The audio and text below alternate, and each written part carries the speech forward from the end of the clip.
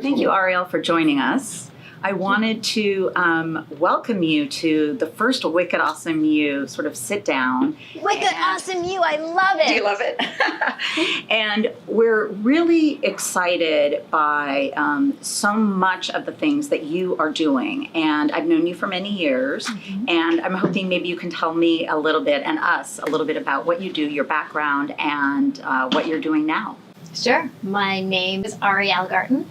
I'm one of the founders of Muse. We make a brain sensing headband that helps you meditate and now sleep. And Sleep? Sleep, that's our big news. Are you leaving it behind for me tonight? I'm kidding. That's okay. Go ahead. I will get you one shortly. So my background comes from neuroscience and design. My mother was an artist, so I grew up in an environment where you could imagine anything you wanted and it could come to life. And my own background was science. I was trained as a neuroscientist, then I went on to be a psychotherapist in private practice. And my mission became really helping people understand what goes on in their head and how to manage the conversations, the dialogues, the crazy in our own mind in order to live a better life. And as a psychotherapist, I was teaching people to meditate, and they were never doing it. I sucked at meditation myself. You did? Totally. I was one of those people with 1,000 thoughts in my head who always wanted to achieve everything I could. The thought of staying silent sounded terrible to me. And I'd be teaching my patients to meditate, and I'd be struggling doing it myself. So you're the doctor telling them not to smoke, but you're smoking? Okay. Not smoking, not so but bad. definitely not really meditating. And I started to get together with two of my co-founders, Chris and Trevor, and we began working with this early brain-computer interface technology. So it was a single electrode that you put on the back of your head, and by shifting your brain state, focusing or relaxing, you could actually change something in the world. So we were making music and making lights go brighter and doing a crazy project at the Olympics where you could control the world with your mind. Yeah, it was amazing. But we were trying to figure out how to really take this technology and make it meaningful and useful. And we ultimately recognized that the best thing we could do was to use it to help people meditate. Interesting. And so they had similar goals as you. Yes, we all had the goal of making the world a better place. We were coming at it from different directions, and meditation really was the nexus point. And so how did you transition that into sort of a consumer offering? Like what was the process? It's been a very long process. So I became the founder of a startup with no business background. I ultimately raised $18 million in capital and became the CEO of a 45-person company manufacturing a product and taking it to market. Yeah. And now Muse is a device that is used by literally hundreds of thousands of people all over the world. So it was really the process of having a clear vision that this was possible, being able to trust the people around you to fill the pieces of their puzzle, because I had no idea how to be an engineer. I had no idea how to do most things, to be honest. I have a lot of passion and vision and understand neuroscience. Right. And together as a team, we managed to come together and create this amazing tool, which, to our surprise, when it first launched, actually really worked. I mean, the device is amazing. It really does help you focus, and I've been using it. And for me, what I like about it is that it's helping someone like myself train my thinking and driving it back in such a natural way. I've always thought of meditation as just a little, I don't know what the word is, but new agey for me, woo-woo? Right? Woo-woo? I think woo-woo's the term. Yeah, I think woo is a good term. And it really never felt that way when I was, working on my meditation with Muse. So it was great. Let's talk a little bit about meditation and the benefits. And I'd love to hear, for a long time, most people did say, oh, that's the woo-woo thing. And now they're showing so much promise for our long-term health. So I'd love to hear a little bit about that from you. Sure. So for anybody who's listening, meditation is not a weird or woo thing. The definition is a practice or a training that leads to healthy and positive mind states. It's a thing that you do regularly that's going to improve your mind. And science unequivocally agrees that this is a good thing. There are now over 1,000 published studies demonstrating meditation's ability to improve your attention, decrease your stress, reverse the aging process in your cells, improve your brain. Yeah, we can talk about that one. Please. Improve your brain health. Improve your GRE scores, your ability to be more present in the moment, your happiness, and on and on and on. And those studies have been done. And those studies have been done by, top tier institutions, and Wow. literally there's multiple thousands of studies at this point. It's nuts. And most people know that there's a benefit to meditation, but don't really know how to do it. And so Right. there's this disconnect between all of the goodness that exists in meditation and the actual initiating the practice and the doing of the practice. And the being consistent, right? And being consistent, because just like going to the gym or eating well, it's not like, oh, I meditated once last month, I'm fine. No, unfortunately, it's a thing you actually have to do every day. So how does one figure out what length they need to do, what is needed? I mean, where would one start with this? So the best amount of time to meditate is the amount of time you'll actually do it for. Okay. This is an important rule in habit change. If you want to start a habit, start small. Yep. BJ Fogg's book, Tiny Habits, just came out, and it's all about choose the Oh, I smallest can't wait to little read habit. it. Yep. And from there, step by step, grow. So with Muse, we tell people start for 3 minutes a day. And if you can meditate for 3 minutes a day, great. Boost it up to 5, 10. Mhm. When you look at the classic studies with meditation, they're often done at 20 minutes a day. Okay. With Muse, the studies with Muse tend to be done for 10 minutes a day. So we had one with Baycrest demonstrating that people using Muse for 10 minutes a day saw improvement in their cognitive function, decrease in their stress, and improvement in their headache, pain, nausea, etc., Mhm. self-reported.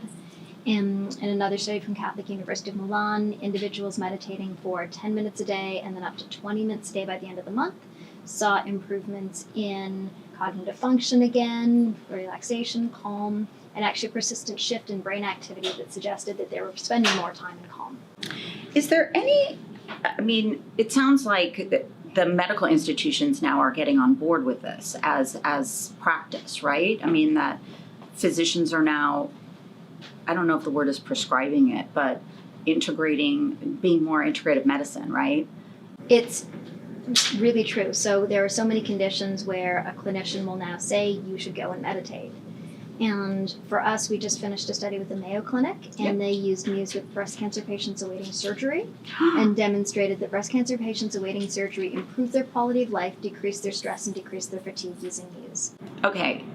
I did not know that. That is Yeah. incredible. That was is just published about incredible. 2 Yes, years. I have a girlfriend that is just now dealing with that.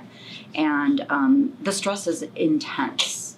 It's intense. And it's such a scary time that I actually think that this would probably center them more, right? And allow them to sort of be in their bodies a little bit better. Because it probably feels a little taken over at that moment, right? Probably. So the value of meditation is twofold. One, it shifts the relationship to the thoughts in your head, and two, it shifts the relationship to the sensations in your body. So during a focused attention meditation, what you're doing is you're focusing your attention on your breath. When your mind wanders, which all our minds do, it's your job to then notice your mind has wandered and bring it back. Now, it's a super simple activity. Focus on your breath, mind wanders, return. Focus on your breath, mind wander, return. When your mind wanders and you choose, instead of following that wandering thought, to instead say, no, I can let go of the thought and come back to my breath, Mm-hmm. something very interesting happens. At this point, you actually change the relationship to your thoughts. So most of us are used to going through life having thoughts in our head and just following the thoughts. Oh my God, this is going to be awful. Let's just keep thinking about how it's awful. You feel it's awful, and then it just ramps forward. Or, oh no, I'm going to be late, or whatever the thought is. Mm-hmm. And when you recognize that you actually have the power to take your mind off that thought and go like, nope, I'm going to come back to the thing that's in front of me. I'm going to come back to the thing I care about. I'm going to come back to my breath, something Mhm. neutral. You all of a sudden shift that relationship. And eventually what you realize is that you are not your thoughts. Mm-hmm. And that all of the stories those thoughts were telling you about who you are and what you should be and how you should be behaving and who you should be pleasing, those are also not true. And so meditation leads to this extraordinary liberation in your own mind, Mm-hmm. because you can actually choose what you want to be thinking about and the stories that guide you. And it also leads to a liberation in your body.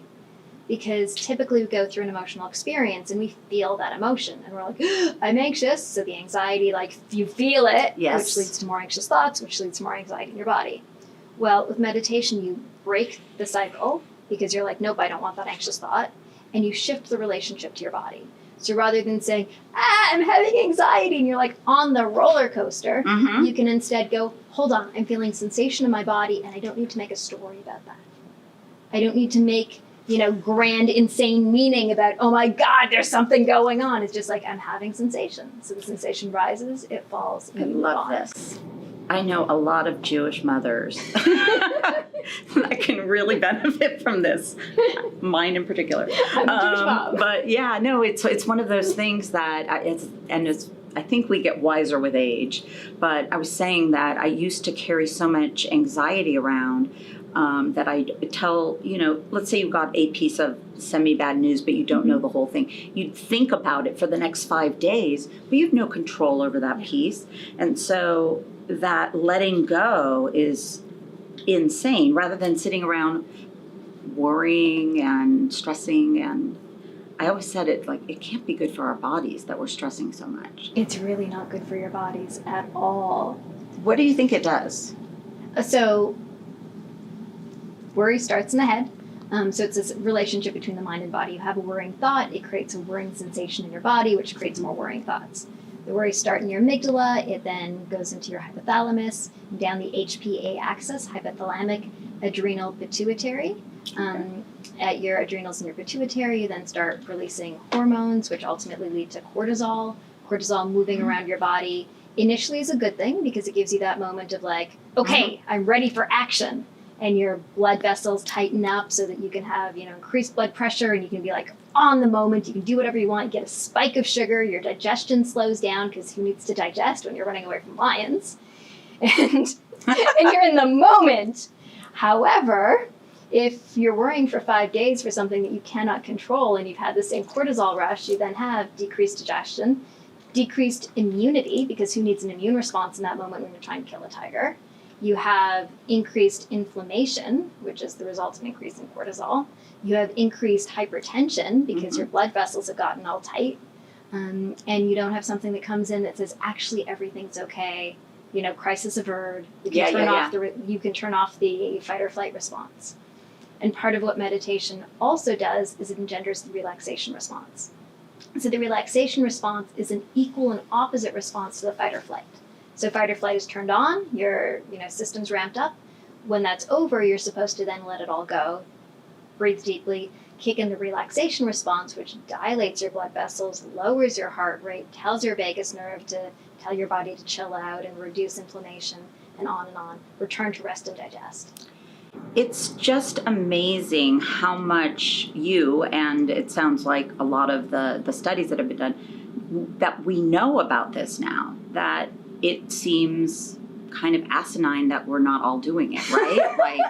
It just feels a little like, why not? I mean, what is 5 or 10 minutes? Part of the stuff that we're going to be dealing with is helping women really figure out where to fit things into the day. Like, where does that go? And I treat it like as a ritual versus a habit, that it's a very ritualistic kind of thing. Like, this is something, I wake up and I, have my coffee and then I meditate. But, everyone can have their own time when it fits in. So I can't believe, I've known you for years. I can't believe the benefits are as deep as they are. We haven't even gotten to how it changes the brain. Oh my Lord! Does it actually? Does it help us? It actually changes the brain. Wow. If you are a long-term meditator, meditating once doesn't really change your brain. Meditating for a period of time does. So, one cool Harvard study: as your brain ages, unfortunately, your prefrontal cortex thins. It just happens to all. It's happening as you say it. Moment by moment. My prefrontal cortex is gone. Your prefrontal cortex is gorgeous. It is. So the prefrontal cortex is the part of our brain responsible for higher order processing, thinking, planning. And when you get much older, you start to feel confused and overwhelmed sometimes. That's your prefrontal cortex not managing information as effectively. And in one study by Dr. Sarah Lazar at Harvard, she was able to show that long-term meditators were able to maintain the thickness of their prefrontal cortex even as they age. So she had one person who was 50 years old, who had the prefrontal cortex thickness of a 23-year-old. Really? Yeah. So you're saying I could actually be astute? like sharp and everything? That's incredible. Yeah. So in another study, there are so many cool studies on the brain. I don't know how long we have. That's amazing. I think we'll have to do another podcast specifically on the brain. I think so, but that is astounding. That's astounding. I mean, and it'd be really interesting when we do sit down again is to, even up for children. So, starting a child young, and, obviously we're going to have a lot of mothers in the group, and I think that this will be, I think it's interesting. If there's a way to, like, teach children, and I do think there's something sort of, I don't know if I love the word sexy, I just do. Sexy about the technology side of it. I think that could be an entree for kids. We find that kids really love it. Yeah, they prefer that. In a study that's not ours, this is actually done by Goldie Hawn's Foundation Mind Up. Mm-hmm. She looked at elementary school students who had learned to meditate, and what she saw was a 15% increase in math scores in that class. Unbelievable. Oh my God. Far more incredible, though, is a 25% increase in pro-social behavior and about a 25% decrease in aggressive behavior. Yeah. That's a holy crap moment. Yeah, for all the moms out there. Yeah, that's incredible. Well, it makes sense. It makes sense when you hear about the restorative stuff that's going on inside your brain, right? So there's like a lot of restoration going on to help heal and nurture what's going on in this little thing. Anyway, this is really, really cool. So as long as we're here, I would love you to kind of show me the Muse a little bit. And I know you guys had a big launch. We're at CES right now. Launched last night. Launched last night. And you're all hearing about it first. And yeah, exactly. It was launched last night. And it's moving into sleep. And so that's sort of a new area for you, but it seems like an absolute natural progression. So if you can share a little bit. So Muse makes it easy by showing you what goes on in your mind during meditation. Yep. You literally hear the sound of your mind while you meditate. Those lovely birds. Yes. I love those birds. Yep. You hear when your mind is wandering, and you hear when you're focused, and when you're in the zone, you hear the birds. And then after the fact, you get data. So stuff that shows you your progress and keeps you moving forward. Mm-hmm. So people love Muse. Right. And one of the things that we noticed was that people were musing before they went to bed to help them sleep better. And so we actually came out with a purpose-built device. This is what we're launching at CES. Nice looking. So this is Muse S. So it's a soft fabric form factor. Okay. So it fits into more parts of your day and into your pocket, and you can even wear it while you're in bed. So you can lie in bed at night with your Muse S on and we created this beautiful collection of guided meditations and journeys to help you fall asleep. So you've got the voice of one of our expert teachers guiding you into sleep, but at the same point, you have a responsive soundscape that's built from your body that shifts and changes as you do to guide you into sleep. So in the same way that you might tell a bedtime story to your little child, right? And as they're falling asleep, you're able to change your tone, you're able to slow down, you're able to quiet your voice as you see them moving into sleep and then sneak out. Well, so too does Muse actually change the feedback that it gives you as your body starts to shift into sleep to help you, encourage you into the process. Yeah, we had the opportunity, we did a big press conference yesterday and had the opportunity to talk about sleep tech a little bit. And I was saying how, sleep tech's moving from the tracking, just tracking kind of to optimizing and induction. And so this makes complete sense because people were like, how could technology help us do any of that? We're supposed to stay away from technology before we go to bed. But this is just, anyway, it's beautiful. Thank you. It's great. That is wonderful. How did the launch go? Great? Amazing. Okay. That's awesome. Very exciting. Did you launch that unveiled last night? We did. Awesome. Excellent. Very, very good.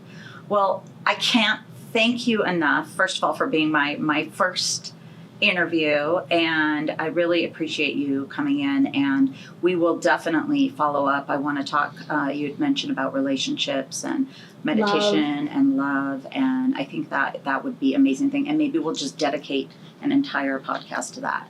It'd be really fun. So love you. Thank you so much. Awesome. I love you, and I love what you're doing and the opportunity to share with all these women. Yeah, I think it's going to be exciting. Thank you, my dear.